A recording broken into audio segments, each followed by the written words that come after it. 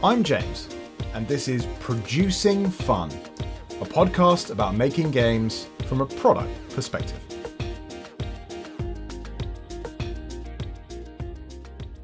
Welcome to Producing Fun. My guest this week is Andrew Navaro, Creative Director of Earthborn Games. Andrew is an industry veteran in the world of art direction, and is perhaps best known as the former head of studio at Fantasy Flight Games.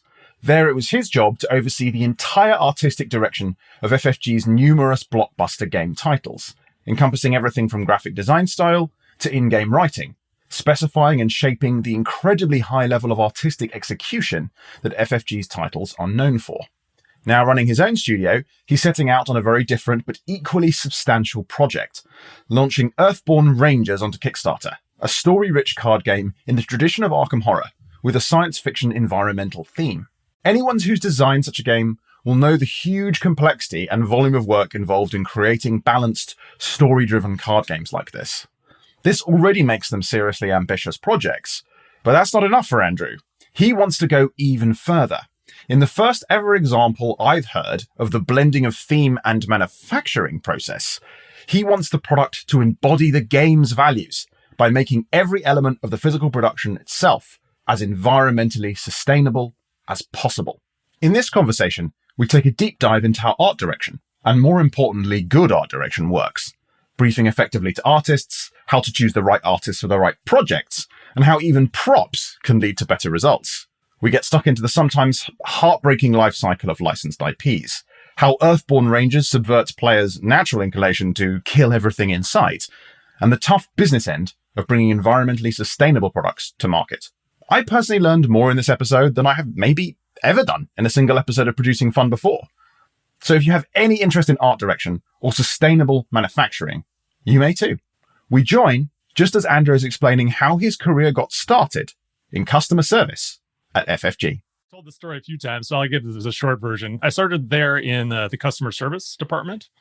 So I did game parts replacement. I also handled organized play, prize support, and I answered the phone when the phone rang. And I just started there. I was just looking for a job. They were local to me, and I had contacted them previously, like trying to get freelance illustration work. Didn't really work out. But then when I was looking for a job, my wife suggested I check the website and see if they were hiring. They were. So I went and interviewed for the job, got it, worked in customer service for about 2 months, and then a graphic design position opened up. And then I applied for that, whipped up a portfolio over a weekend, showed it to Christian Peterson the next Monday, got that job. That's really where my career there started kind of really to take shape. So I started working on just some smaller projects, and then eventually I got put on like bigger and bigger projects. I worked on a lot of really influential games on the current marketplace at the time. You know, the first version of Descent, from horror line. I worked on everything but the core game. Got to work hand in hand with a lot of like really great designers. Worked on the Game of Thrones card game. Then eventually started working on Games Workshop stuff back when we got like the Games Workshop license. So I did a lot of graphic design for that. This is when they were licensing out different games. Yeah. A lot of them were games that were from the 80s that they'd made, right? They were kind of wanting to re-release and get another company to breathe life into. Yeah, so I did work on the FFG edition of Warrior Knights, also the FFG edition of Fury of Dracula. Of course, that was originally a Games Workshop game. Yeah. Yep. And then the actual like GW stuff proper, like the Warhammer and Warhammer 40K stuff. A lot of graphic design for about 6 years, and then transitioned into being the managing art director. So until that point, the art burden on the company kept growing and growing as we were working on the living card games in particular. Living card games like CCGs require a lot of art. As we added more and more living card game lines, that art burden just continued to grow. And then we were also doing more and more RPG lines with Games Workshop RPGs, where we kept adding one every year. And it's not like when we added one, we got rid of one. We just kept adding them on. So the burden just kept growing and growing. How many art pieces would each of these LCGs and CCGs need? We got a lot of use out of pre-existing artwork, especially for the Games Workshop stuff. So we were able to pull from the old Sabretooth from those old like Warhammer CCGs, and also from Games Workshop's own art library. Oh, that must have been very useful. Without that, it would have been a lot more. But games like Game of Thrones or like Call of Cthulhu, we were commissioning art for all of those sets. I used to know all these numbers off the top of my head. It's been a while since I've really thought about them. For like a CCG set, it was approximately like 300 pieces of art. We didn't work on CCGs at that point. It was all LCGs. So it was about 180-ish art pieces per cycle. So that's like every 6 months. We do about that many pieces of art. And then if there was a deluxe expansion in there too, there'd be like another 40 to 50 to 60 pieces on top of that in that period of time. That's also a lot if you think about like the level of execution, right? Because a lot of those pieces of card art include characters. And it seems like one of the things I'm only beginning to learn now really is that is a lot more time consuming than something like a landscape or like a still life. Generally, or maybe not. No, not. I would not say that. I think the speed with which a piece is completed depends pretty much entirely on the person who's working on it. Oh, interesting. And the level of communication and the relationship between the artist and the art director. So that's a big part of art directing, and art directing at that level when you're required to get that many pieces in a relatively short period of time. Because when I say there's like 160, 180 pieces per cycle, that's for one game. So at the time when I took over as the managing art director, or that position was created, then a woman named Zoe Robinson, who taught me so much about art direction.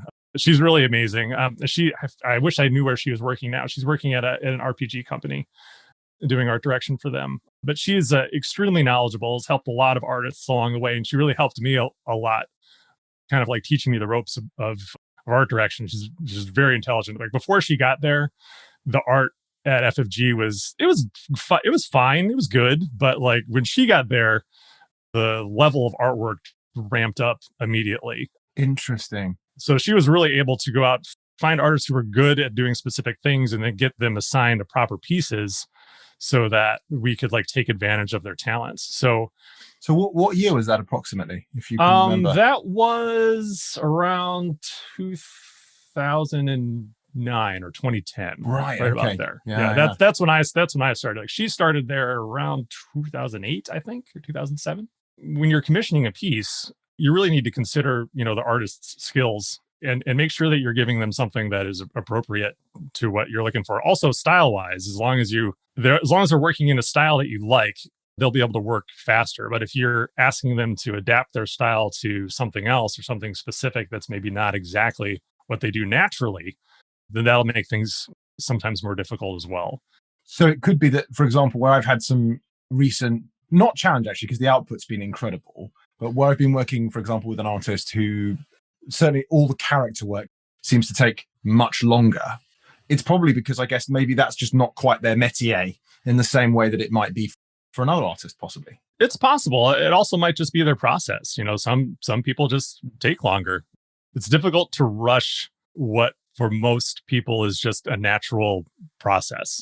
If you're used to working a certain way, it's hard to change. And I think that's true for anybody. It's true for artists just as much as it is for anyone else. Like artists have habits, just like everybody else does. And trying to break those habits or trying to push yourself into an area or a speed that you're not necessarily comfortable, you may sometimes end up like wasting more time than gaining time. So a lot of it's just getting to know your artists and having a good pool of artists that you can draw upon, and knowing like, oh, when I see an art brief, oh, this would be perfect for this person, or like, oh, this person would love doing this art piece. And that just makes the whole process go way, way smoother. If you can hand an artist a brief, if you feel like they'll understand it implicitly, and then they turn around and give you something great, and you can say, oh, that's awesome, done. Yeah, wow, yeah. There are definitely times when you're working with artists where, you send them a brief and it maybe doesn't come back quite how you want it. I mean, obviously you do sketches and thumbnails and do as much of that as you possibly can to help avoid a bunch of irritating for everybody, irritating revisions on final artwork. Give someone something and it comes back like nearly perfect. That's like great. And then that then frees you up to do the more delicate and dedicated art direction on pieces that maybe need a little bit more work. When you talk about, character pieces taking a while longer, you can get, again, depending upon the art director, and how picky you are. I tend to be very picky. Some things I see and I can't unsee them, or I want them a certain way and I really want them that way. But, trying to maintain like an open communication with artists so that you're not irritating them too much usually helps. But, we're working on like perspective and proportion and foreshortening and all that stuff with figures. If you're trying to do like a piece where like I'm reaching forward right now for our audio listeners, if I'm reaching toward you and I have like a hand like coming at you and I have another hand like behind me, like wielding a sword and like my head's thrown back, like the more complex the pose gets, the more the artist needs to understand and have an implicit understanding of anatomy and use reference to make sure that nothing's looking weird. The biggest danger whenever you're working on pieces and trying to do something ambitious with poses or perspective or foreshortening or like point of view is making sure you're working off of reference. And if you're not working off reference, you're just kind of winging it, it's going to be a lot harder. It's really fascinating you say that. I had a previous guest on the podcast, Annie, who runs a miniatures company in the UK, specializing in these sort of believable female miniatures. One of the fascinating things she said that part of her process was taking a selfie of herself when she's briefing into her miniature sculptor so that she could make sure that the pose was an anatomically possible pose. I don't think outside of this, I would ever have just thought that, oh, right, you might take a picture of yourself just to show that it's possible. But since then, she started noticing how on some people's models, they clearly haven't done anything like that. And you realized, human arm can't do that, sort of things like that. So I can see how it could be a real trap in a way that, again, I would expect people wouldn't necessarily assume. I wouldn't have assumed from the outside. Yeah, well, at FFG, we had in the art department, eventually, it took a little while to gather all this stuff, but we eventually had like an entire like weapons closet, like spears and axes and swords and guns and actual props. Yes, to take photos with, to help. Oh my God, that's amazing! Yeah. Did you ever just occasionally use it to go LARPing or something as well? I never did. No. Shucks! Missed opportunity. Yeah. Wow, that's amazing to think you're using props to kind of accelerate the process. Yeah. No, it's the more you can communicate and the more I have time to communicate, the easier the process will be. If you just dump a brief on an artist and then let them go to final without any direction, that's fine, but you need to be happy with what you get, because it's not really fair to the artist to go back and say, oh, I actually wanted this thing. Like, it has to be a back and forth. Well, in my experience as the managing art director and then later as the creative director, whenever I would direct pieces, like I was almost always directing really the key art pieces and the packaging artwork and all that stuff. So I was always personally responsible for like the big marquee pieces. And some of that stuff I'd work directly with the artist. Some of it I just kind of go through one of the other art directors as a kind of a conduit, so that if they ever needed to blame anybody, they could blame me, and then they could, it just helps kind of smooth things over. So you act as a bit of a shield in some ways as well. Yeah, and I found that very helpful. But there were a few artists that were pretty relaxed, and I had a good working relationship with, where I just worked with them directly. But I say all that because I was fortunate enough to work with just some of the best artists in the industry, really, really amazing artists. So directing them was pretty easy, all told. Their dedication was like top notch. They're like just amazing artists. They're really professional. They want to make it right. And they're excited to work with direction because it helps push them in ways that maybe their imagination doesn't go naturally.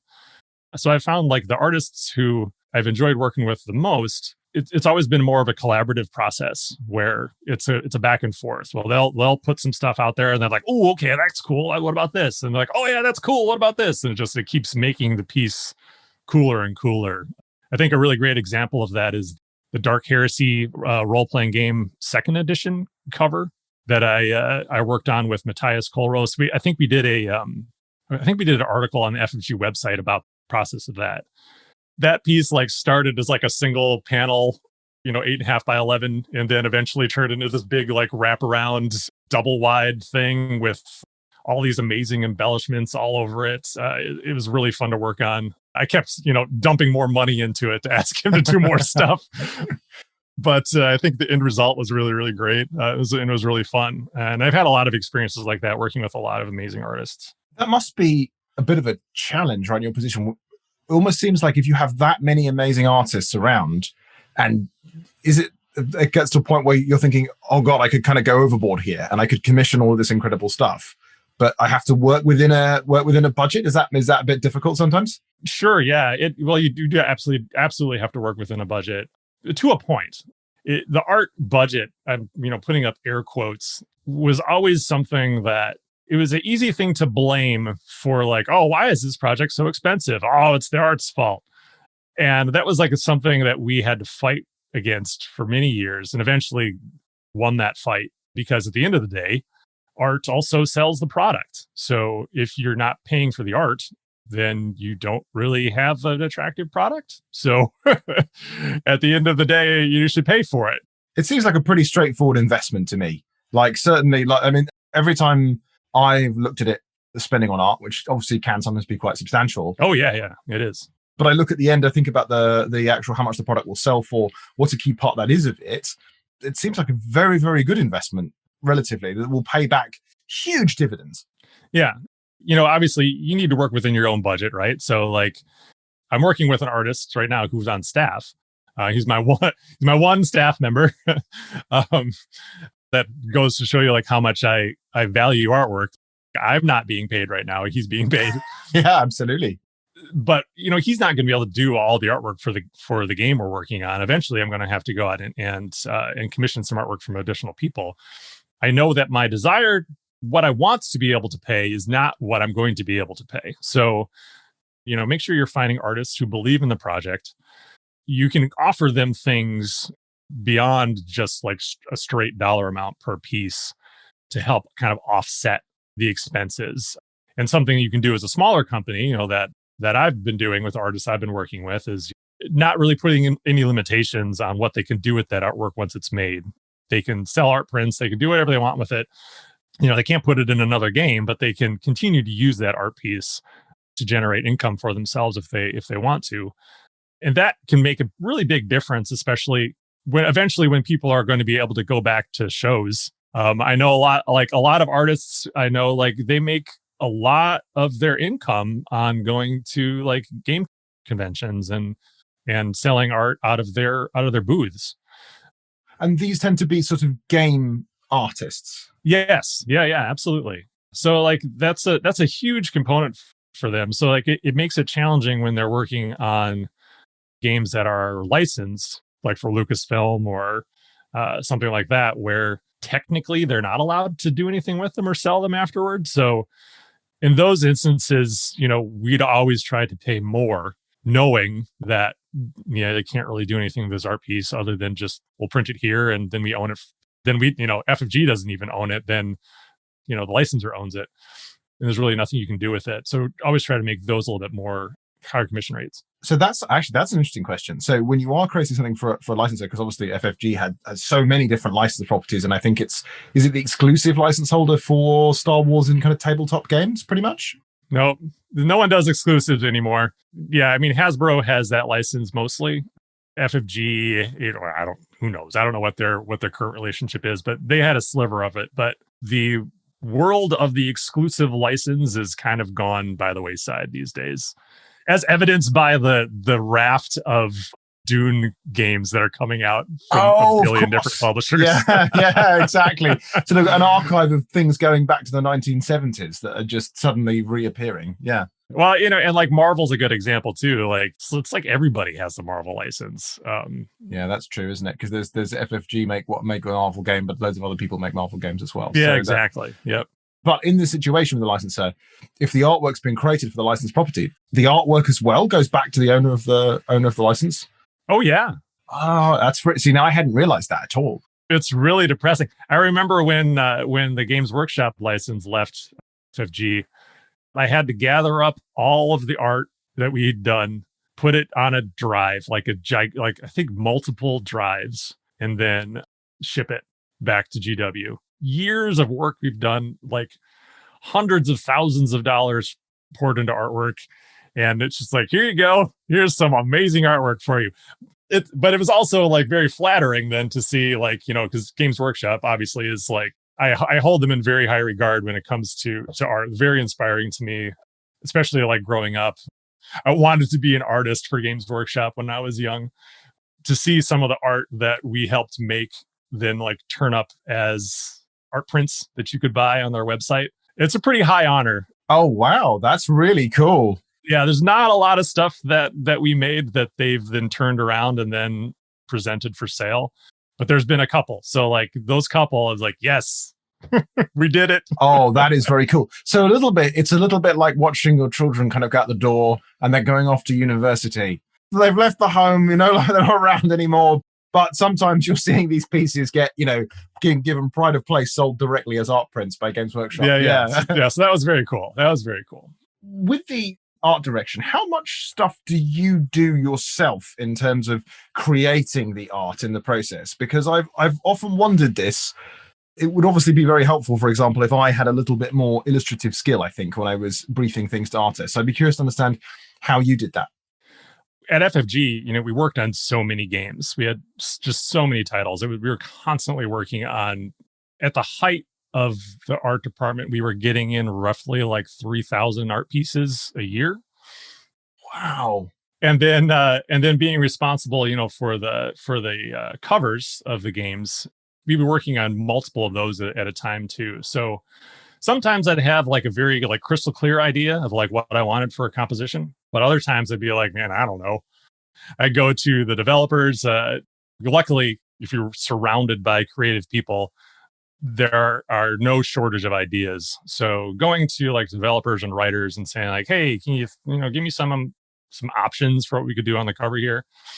And then they'll sometimes they'll put together like 3 or 4 things and send them to you in an email, and they might not ultimately be what we use, but it's like a good starting point, and then you can kind of get your brain going. These just be like ideas, like kind of verbal concepts. Yeah. So like more like a written brief. If we didn't have like really anything like super solid, we'd provide a written brief. But almost all of the cover illustrations that I directed, I'd put together a sketch first, like a thumbnail sketch, and then hand that off to the artist, and gives it a humongous like head start on the process. Because that way you don't really have to futz around too much with, figuring out what the composition is and moving things around and, what have you. They have a good starting point, and then they go from there. So like sometimes those would be like really like relatively detailed, and other times they'd be, just a couple little scribbles. But I'm very, very visual director.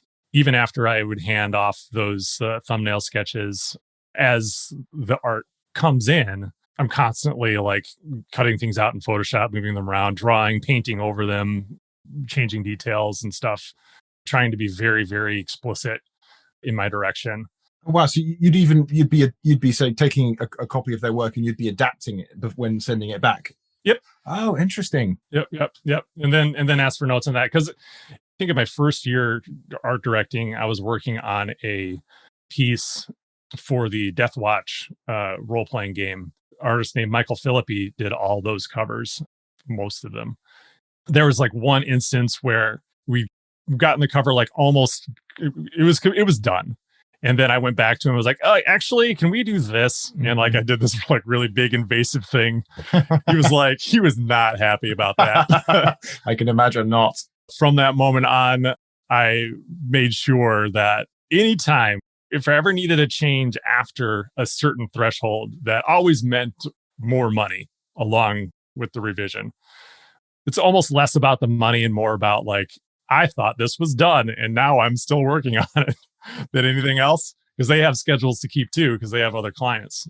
Out of respect for the artist process, for their own personal schedules, like I said, I worked with very professional people, just trying to be as clear as possible with every note so that there was as little room for interpretation. If I knew precisely what I wanted, I'll ask for precisely what I want instead of just writing out a general idea and then, putting in the artist's hands, and then it comes back and then I need to do it again.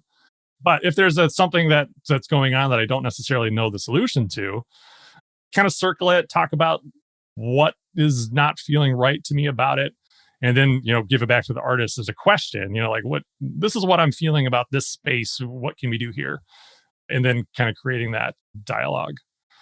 It's a lot of fun. That it does actually sound really cool. It's really interesting to hear this because there are certainly aspects of that I've done in terms of the artistic process for both Magnate and the new game that I've got coming out. I'm hoping to announce fairly soon, a bit later this year. That one's been really interesting, the second project, because it involves an enormous amount of art. So, well, certainly relatively for me. So we have about 80 pieces of card art we're doing for this one. When you were telling me about the amount you did for LCG or 3,000, I think before getting involved in this, if someone said 3,000, I'd be like, 3,000? It's a big company. They probably could just go through that easily. This time around, I've worked briefing in 80 pieces with someone who I've got a great relationship with, who's super easy to work with. And even then, the volume that represents to properly conceptualize all of those pieces, brief them out, and then go through that iterative development process is so much work. Yeah, it is a lot of work. So to hear your process there sounds really interesting. There's definitely, I think, some useful tips in there for me to certainly think about in terms of how you annotate and getting really up close with the pieces as they iterate. Yeah, and it's like an investment of time, right? The pieces I was working on are like the pieces. Like, that's the piece that's going to live on the shelf forever. You can spend the time working on that. It's really important because that's the thing that's like selling the product on the store shelf. When it comes to the individual pieces, now you really have to be making sure you're budgeting your time and making sure that you're getting it as good as you can get it in the amount of time that you feel like you can spend. Otherwise, you'll be working 24 hours a day. Having a support system around you when you're doing projects that require a lot of pieces is invaluable. Part of the process at Fantasy Flight was, especially at the end, which we got into, like, as you can imagine, like over time, we eventually got into like a very regimented schedule where everything, I wouldn't say it worked like clockwork, maybe like a rusty clock, but eventually everything worked, where the game developers would and the producers on the game would put together the first draft of like all the art briefs. And then those would go to the art department. And then whatever art director was working on that project would then review all the art briefs, ask questions, make sure that they had proper reference for everything, and then essentially like groom those, because the grooming meeting, before those then were passed along to artists. So then they'd look at the briefs, they'd figure out, what the needs of the set were, and then they'd go to solicit artists in batches. So that was always done with essentially like a blast email out to a curated list of artists that we thought would work well in the project. They'd respond and say like, yep, that sounds cool. I'll take 3 pieces. Or some people always, I'll take 20 pieces. Shouldn't do that usually. Have to be careful not to give those people what they want, right? Because I guess they're probably going to overload themselves quite easily. Exactly. Well, sometimes, for some people, it's just like, they look at the rate, they multiply, they're like, I would like this much money, so I'm going to ask for this many pieces. But anyway, you get those responses back from the artists. Then you take the artist list that you got back in responses, which usually like about 50% of your list will get back to you. And then you take those artists and then start to apply them based on their skills and portfolio to the art briefs on the project. That raises a lot of different questions for me because there's so many more people in that process, obviously, than involved than I am at the moment. Yeah. That's like big business art direction stuff, like art department stuff. It's not typical at all. So the first thing kind of to note from that is that it seems like nearly all of the artists are contract, whereas the developers and writers tended to be in-house. Yes. Okay, interesting. Why particularly did you follow that approach as a business rather than have like a small, like permanent salaried art team? Well, it was never my decision. I always wanted to have more artists in-house. Like I said, the first hire I made with my own company was to hire an artist. So at the time, they had one bad experience hiring an artist. There's a lot of things done at FFG that were like, this one thing went wrong once, so we'll never do it again. And that's kind of what happened, is that they had an artist on staff, didn't go great, and then they just never did it again. just given the sheer volume of art that needed to be done, it's not really practical to have artists on staff doing all that work. Eventually, during my tenure there, we had more and more art directors who were also artists. I worked with a lot of great artists / art directors, like Taylor Ingverson is one of my favorites. He's gone on to be a senior art director at Wizards of the Coast. He works on Magic now, which was very cool. I was very sad when he left to work there, but it was his dream, and I was like, "Go follow your dream." I can't tell you to not do that. Yeah. And Preston Stone, I'm not sure if he works there anymore, but he's another great artist. And Jeff Lee Johnson, a very talented artist, also a good art director and a really amazing person. So I would always look for opportunities for those individuals to also do artwork or help inform the artwork we commissioned more through their art. With Taylor, I tried to get him to do like more of his own stuff that we could then pass off to artists as reference so that his style could then kind of permeate. Preston ended up like working on the character illustrations for Descent 3rd edition. Maybe did some more art in there too. I don't know, that I left before that project was complete. And Jeff is an artist. He started as a contract artist and then came on board as an art director. So his art is, all over the place in FFG stuff. And I think he would do a piece from time to time just to kind of fill in the gaps. But it was also really handy to have artists on staff to like address licensor concerns. Like if you submit a piece to Lucasfilm, they're like, oh yeah, we want this stormtrooper doesn't look right. Sometimes that feedback doesn't come back for months after the artist has already moved on, right? And sometimes they, say like, oh, that art piece we approved 2 years ago, that's no longer approved. We need to change this thing. So having artists on staff who could then do that work on the piece that we have on hand, it was super, super helpful. So that's where like having artists on staff at a company of that size is valuable to help kind of inform the art that you're going to then commission, or to help fix art pieces if they need to be adjusted after that artist is like, might not be available to make that adjustment themselves or have the time or the will or energy to do it. That sounds enormously practical, because sometimes the approval process with the licensees or the licensors, I think technically, are the ones that are it's taking that long. Yeah. That must present so many challenges to the whole process, having constantly waiting around for the IP owner to get back to you to say, yes, this stormtrooper looks okay. Yeah. Well, it was a lot of back and it was kind of constant back and forth. We had weekly meetings with Lucasfilm to do approvals.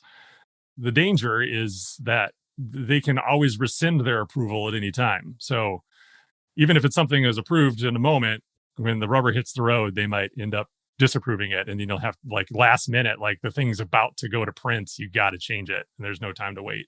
Oh, wow. Did you ever get that process happen after the print run had begun? No.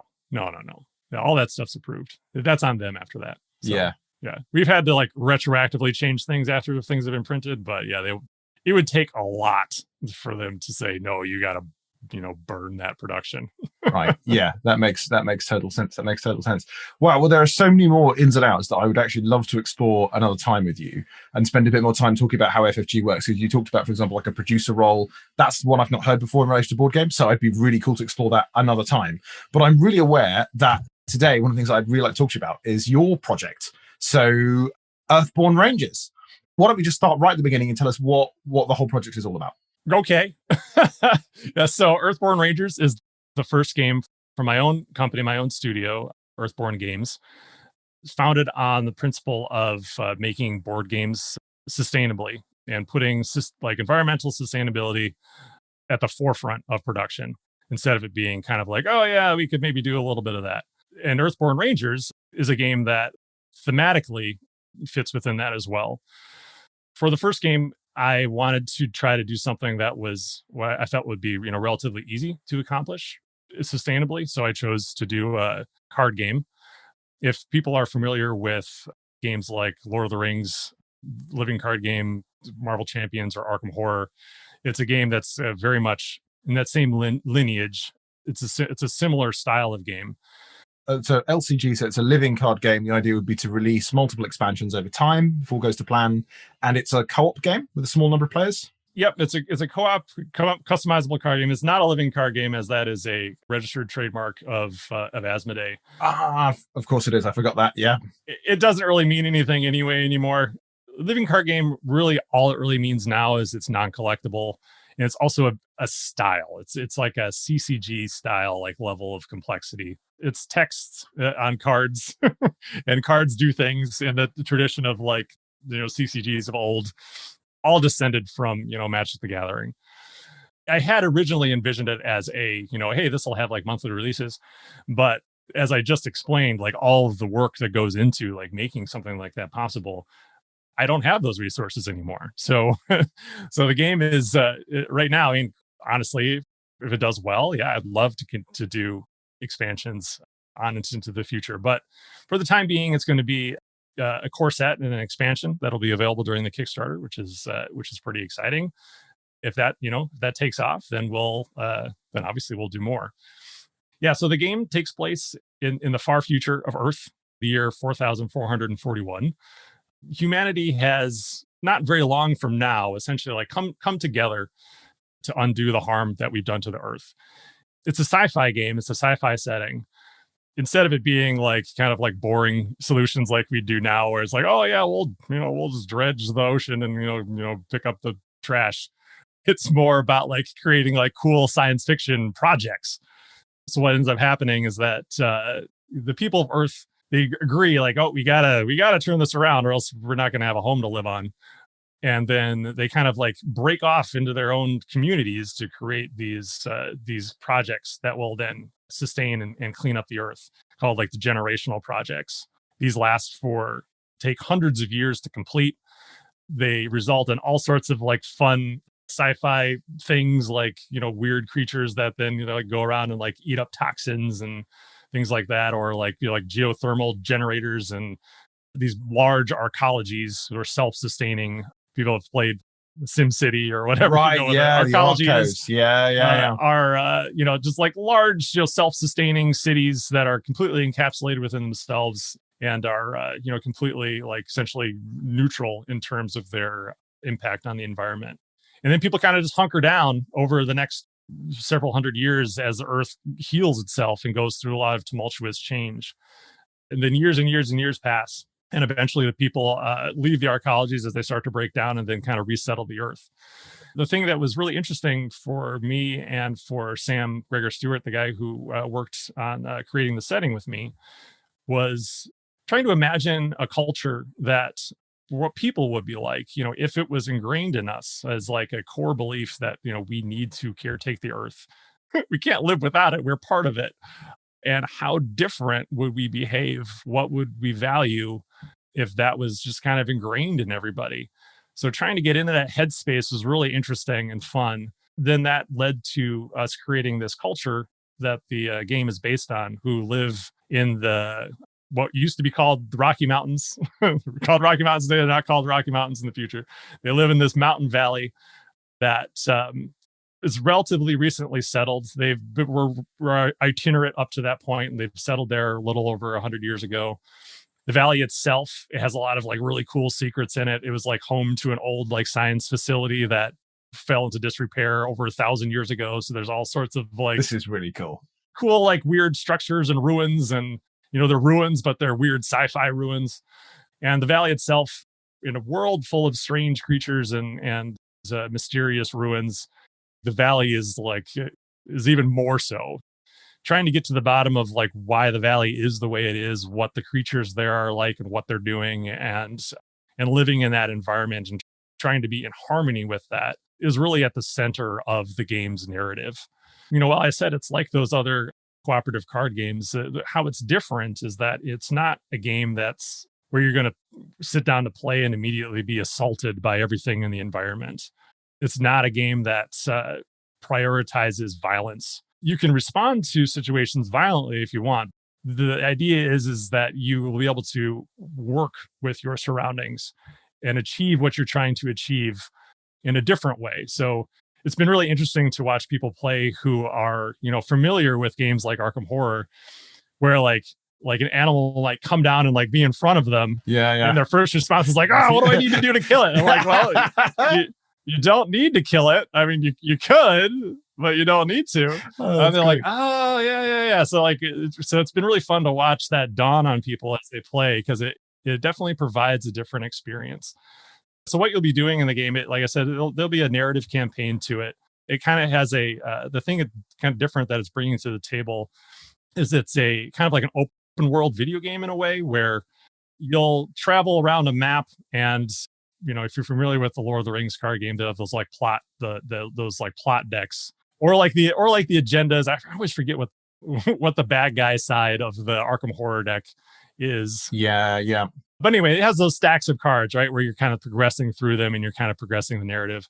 This is different, where you can imagine the valley itself is like a giant stack of cards. It's like, like 40-ish different locations you can go to. Each time you go to a location, you'll put another one of those cards into play. So you'll be making progress on those locations and exploring. You'll be pulling cards out of the deck, it very much in the same fashion as you do in those other games. But when you complete a location, you can then go to one of the other locations that's adjacent to it on a map. And based on the trail that leads from one place to another, that'll inform the deck that you're going to be playing. Right. Or this is very cool. I mean, to me, that sounds a little bit like Seventh Continent in terms of some ideas that are a little bit similar to that. Yeah, well, so Seventh Continent, you're building a board, so like that's a card game, but it's kind of a board game because you're creating tiles and you're tiling those out. And it's also like Seventh Continent has a very fixed narrative. This is more, there's a main story to it. I mean, there will be like main quests, and that will proceed in not a linear fashion. There'll be branches along the way, but so that'll be the thing that kind of pull you through the valley and take you on the big journey, top to bottom. But there are also, side quests and things that you can do on the side. And there's emergent gameplay that comes out. It's not as fixed as like a Seventh Continent, where you're like, oh, there's that thing there. And like, oh, I'm going to do that thing. And then the next time you find it, it's like, it's always the same. The story will kind of change and evolve based on what you do. Right. There might be things that, you might play through a campaign of the game, and, you just might never do a certain quest or meet a certain character. It's entirely possible. Or, like the order in which you might encounter them can also change the way you perceive the game. More like a kind of computer game RPG, right? Where there are whole bits you just might never see. And it like something like a Baldur's Gate, where there's like so much stuff, you might never do all of it, right? Right. Yeah. If you wanted to, you could just do Critical Path and just do the main story, and just go from point A to point B, and you'd have a really good time with it. But the game also tries to encourage exploration and reward you for when you spend time in a place and kind of dig through the deck and find what's there, and then interact with the people, or like explore ruins and things like that.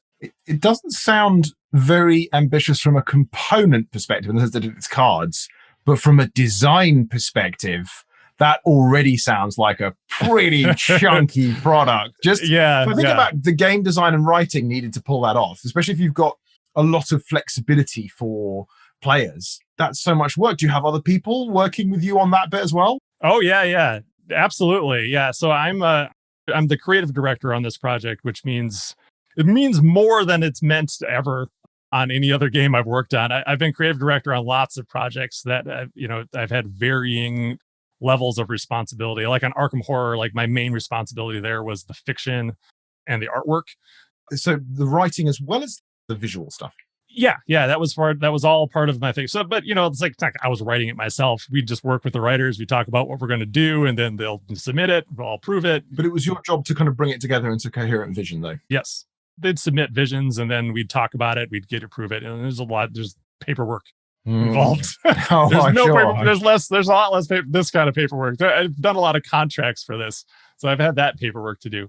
In this game, I've been very involved in every aspect, from design to writing to the artwork, everything. So yes, I'm working with a lot of other people. So I started off working with Adam and Brady Sadler, veteran designers. They worked on Street Fighters, Ultra Quest, Warhammer Quest, the adventure card game.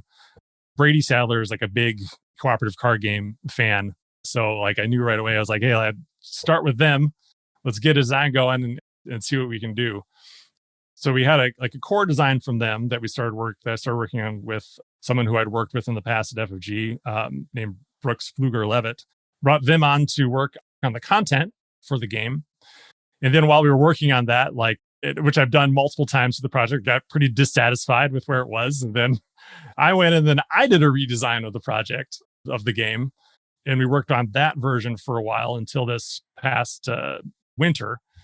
And then kind of at the end of the winter, beginning of spring, I brought on another veteran designer, Andrew Fisher, who I worked with a long time at FFG. And he's taken over the design at this point, has really helped it become really what my original vision for the game is, which is this kind of like this open world exploration game that focused more on story and exploration than on being oppressed by a foreign entity that was like trying to ruin your day, which is kind of the biggest difference between, obviously I've described a lot of differences between this and those other games, but I think the fundamental one when it comes to like the structure of the game round and the experience is that there is no opposing force.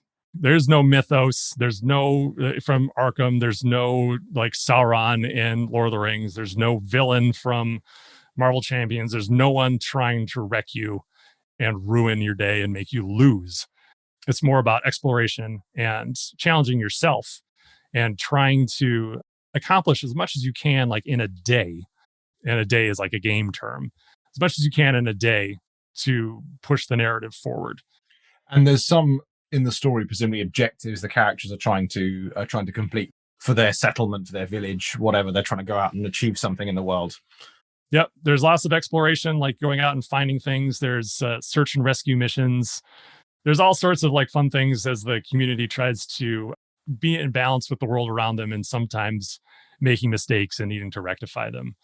There's also a lot of like more traditional kind of adventure elements to it. There's an adventure-y style story that happens, but I don't want to spoil any of that. Oh, of course. No, of course.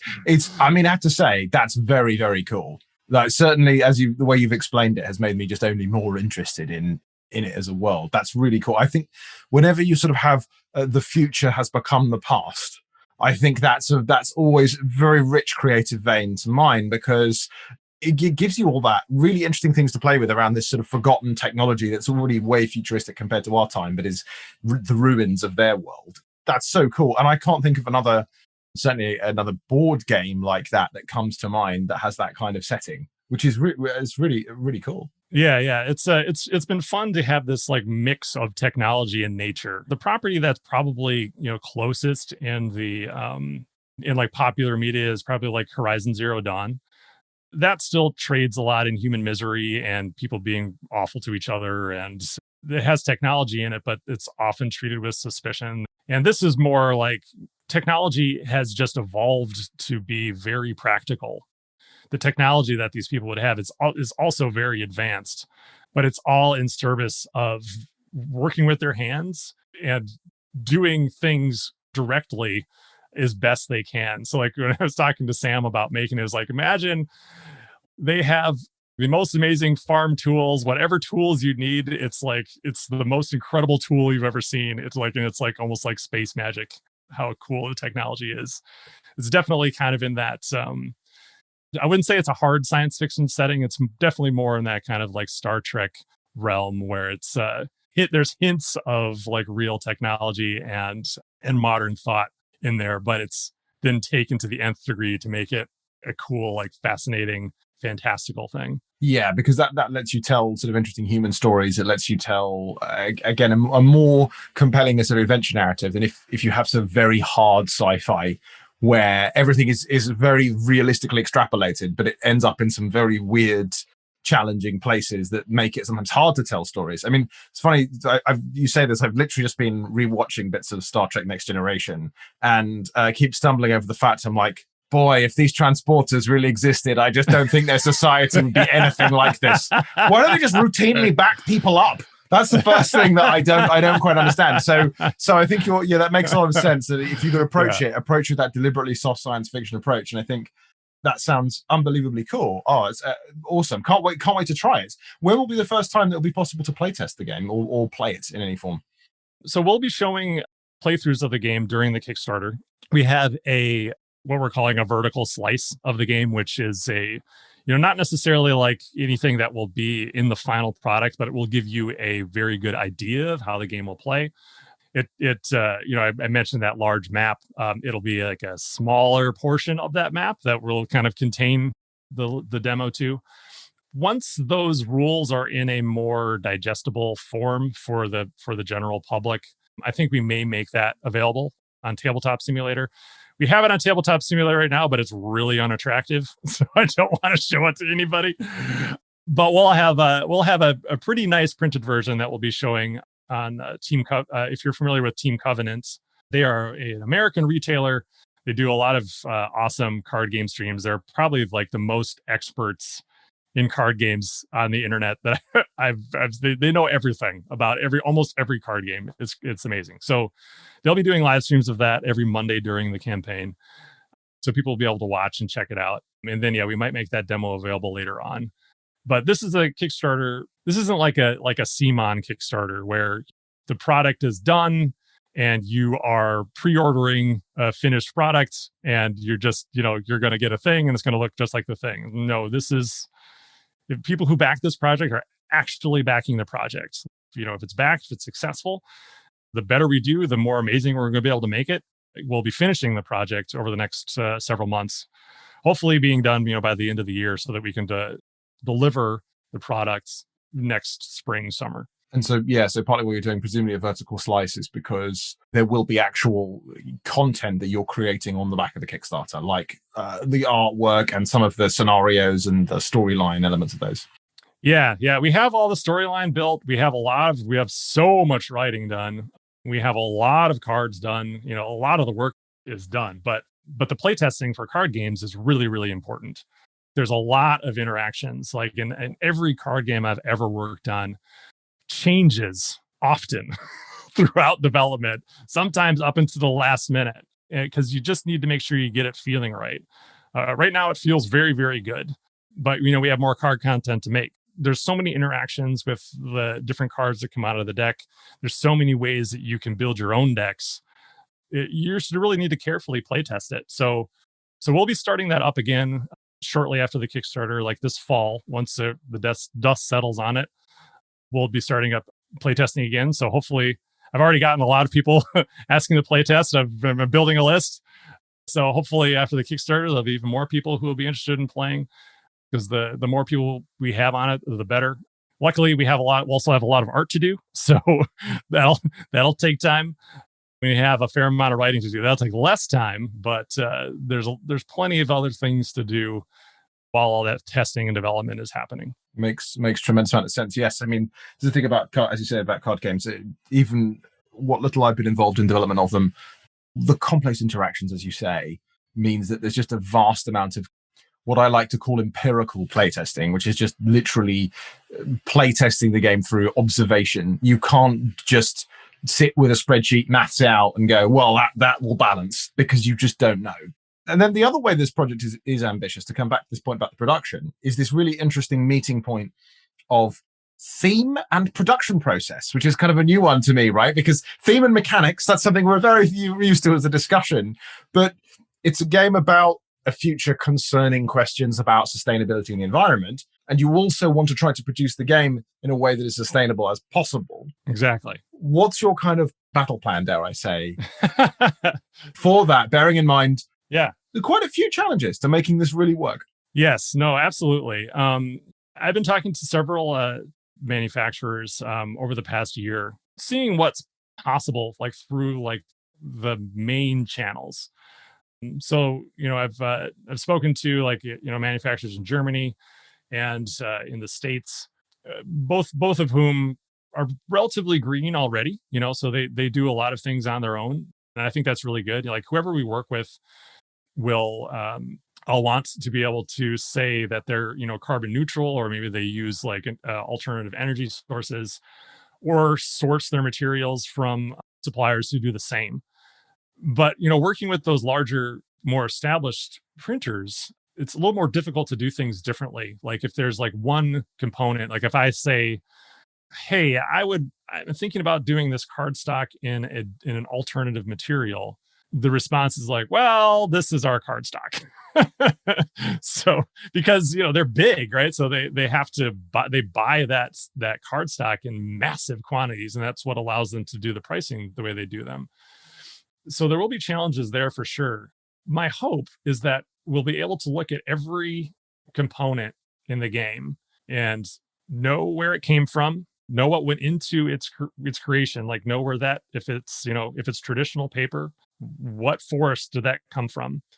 What supplier gave that to us and what was their process for harvesting those trees, creating that paper stock?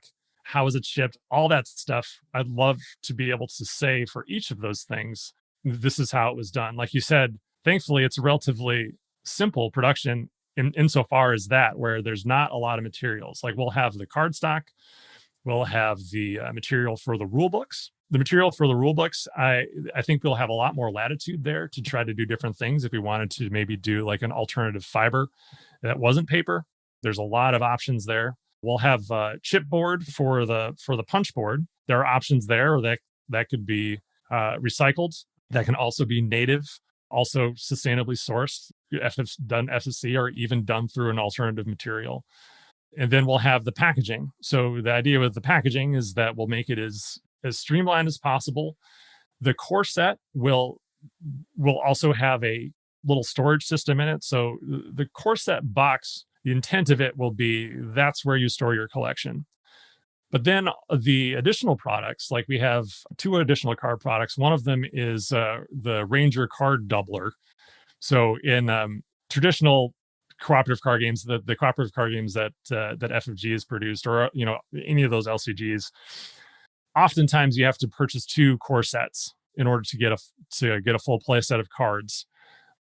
Earthborn Rangers will have a full play set of cards in the standard core set, just like Marvel Champions does. But kind of similar to Marvel Champions, Marvel Champions is a little bit worse because you can't actually make all the heroes with a core set. You can only make 4. In Earthborn Rangers, you'll be able to have everything you need to play with 4 players. But when you get to that 4th player, their options are going to be very limited. Right. So yeah. So it's like, if you want like a lot of customization and you want to be able to like double up your Ranger types, you want to be able to, because you're part of the game is also you're creating characters instead of playing as predetermined personas. So you'll be able to create characters that have more commonalities between them if you want to experiment with that type of thing. So the Ranger card doubler is there for people who want that. A single player, 2-player experience, you probably don't need it. Again, unless you're like a big time enthusiast and you never like to like break up your decks, that's also good for that. But it allows you to have those cards without the waste of purchasing a full core set. There's the auditing of the supply chain, going right back to things like the forest, as you said. There's the energy use in the supply chain, which is something that's really interesting to think about in terms of where are the different partners in the process all deriving their energy from. Because that's something that big companies have struggled with a bit around working out whether they're like net zero or not on carbon emissions. Is like, fine, we are on our own production process, maybe even our own energy sources, but what about our suppliers' energy sources? And then the third part is that, as you said, is really interesting. Is that, there's a product design question around how do you design the product to actually, if you're really smart about it, to minimize waste. And that makes total sense to me. The idea of saying, well, look, if you're a super fan, you probably want this extra thing. And presumably you can design that with quite minimal packaging. And then if you are a regular person, don't feel you have to buy 2 boxes and one of the boxes is going to end up just being immediately recycled or thrown away because it just is all a bit surplus to requirements, when really most players, sort of the non-S tier level players, as I'll put it, actually don't need all that extra content. Yeah, exactly. So we'll have that. And that, like you said, that will be in a very minimal box. So that'll just be a brick of cards in a very simple package. And that will be 100% recyclable or maybe compostable. That'd be great. And then we have the campaign expansion, which is a similar number of cards to the Ranger card doubler.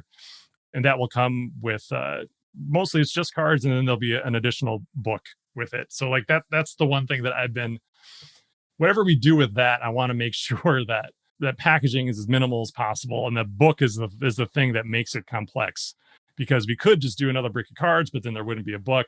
The book itself, is much, much larger. So trying to figure out a way of doing that so that maybe it's like super flat and like the cards are all kind of like in a grid, or I'm not sure the best way to do it, but something to try to make that like super, super compact, whatever we do. And those are the main products. And we'll have a few add-ons and things too, but we'll be doing some play mats. Those will be all natural rubber instead of neoprene. We're also going to have an add-on for some deluxe tokens that we'll do it in a bioplastic. That's relatively easy to do. This would be one that would break down the natural environment quite quickly. Yeah. It would break down the natural environment. It would have no petrochemicals, custom tooled and molded. Bioplastics are pretty much indiscernible from petrochemical plastics at this point. Are they a lot more expensive or similar kind of price? They're a little more expensive. Yeah. Definitely. Everything's more expensive. I know how much this costs to do in China.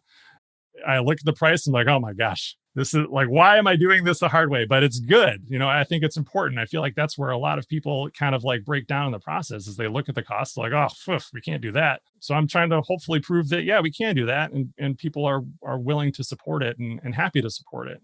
How much? Hopefully that's what'll happen. How much do you think it will change the price point of the final product to the consumer?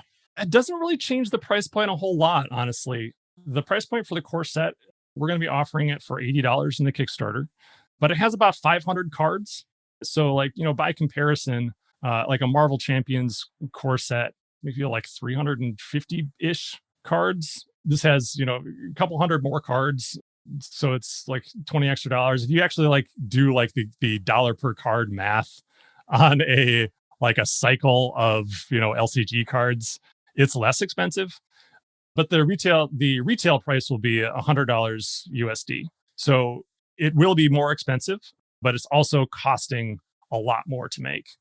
The margin on it is not anywhere near. And when I say margin, like the profit margin for the publisher for Earthborn Games is nowhere near what it is on a game like Marvel Champions that's like mass produced in China.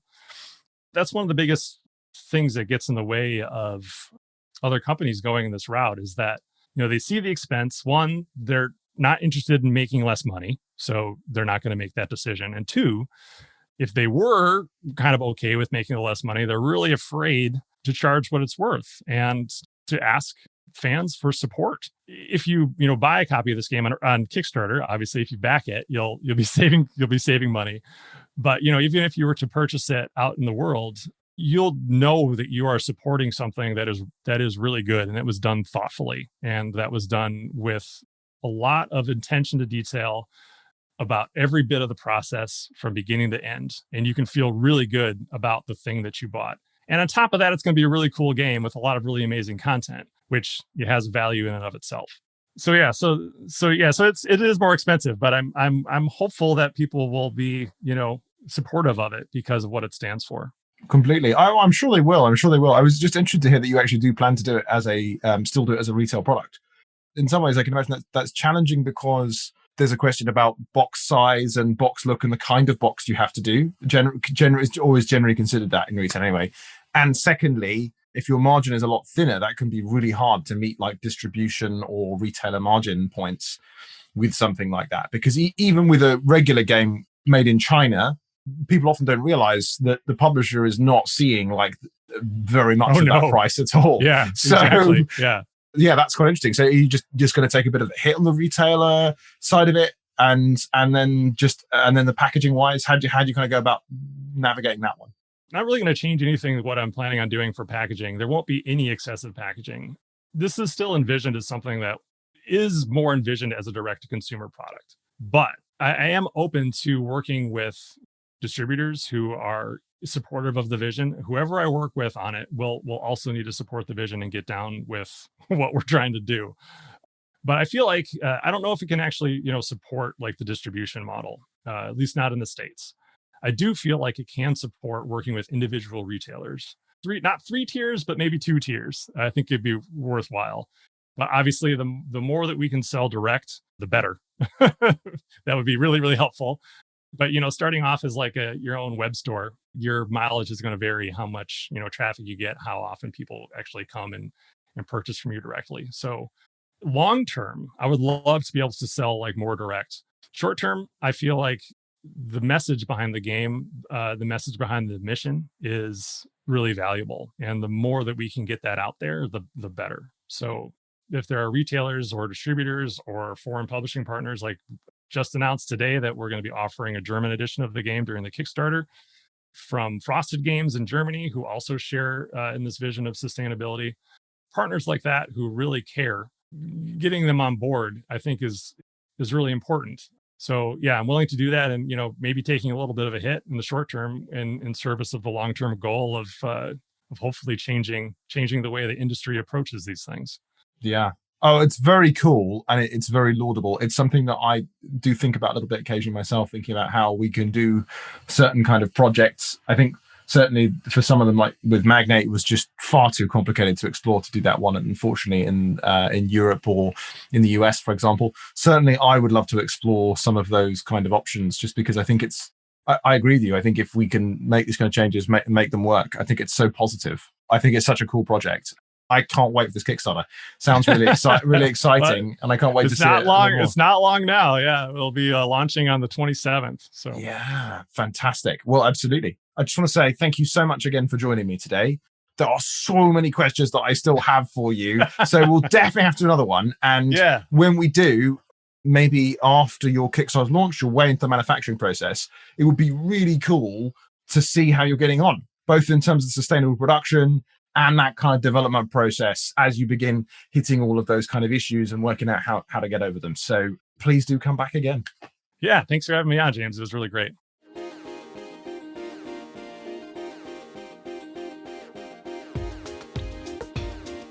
Producing Fun is produced by Naylor Games. If you enjoyed the show, follow us on Spotify, Stitcher, or other major podcasting platforms. Remember, Producing Fun is also a product, and it thrives on feedback. So please leave a review wherever possible, or simply send me your feedback directly.